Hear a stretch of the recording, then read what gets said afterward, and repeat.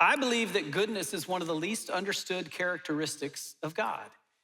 And the reason I believe this is because a few days ago, we collected some information. We conducted a little experiment. And you all were our unsuspecting test subjects. I reached out to our digital team and I asked them to drop a question on our social media platforms. The question was, in a word, what is the thing you love most about God? Here's what you said. You said things like love, grace, mercy, faithfulness, forgiveness.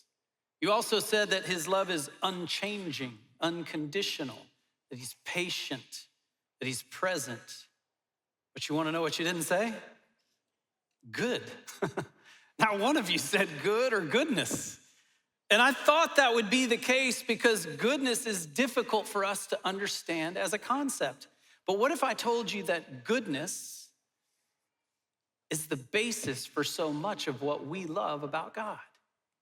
Let me explain what I mean. Where's the first place we see goodness in the Bible? In Genesis, at creation, right?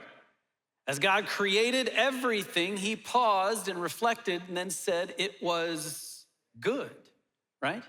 Until he created mankind, about which he said was very good. And what we're meant to learn from this is that goodness was reflected in everything God did from the very beginning because God is good. Now here's where it gets interesting. At the very beginning, we see God's goodness as he brought forth life from darkness. The earth was kind of like a blank canvas at that time. In fact, verse 2 in chapter 1 says, now the earth was formless and empty. That was the beginning. And at the very end, we see God's goodness again, bringing forth life from darkness, but this time not from an empty canvas, but through an empty tomb.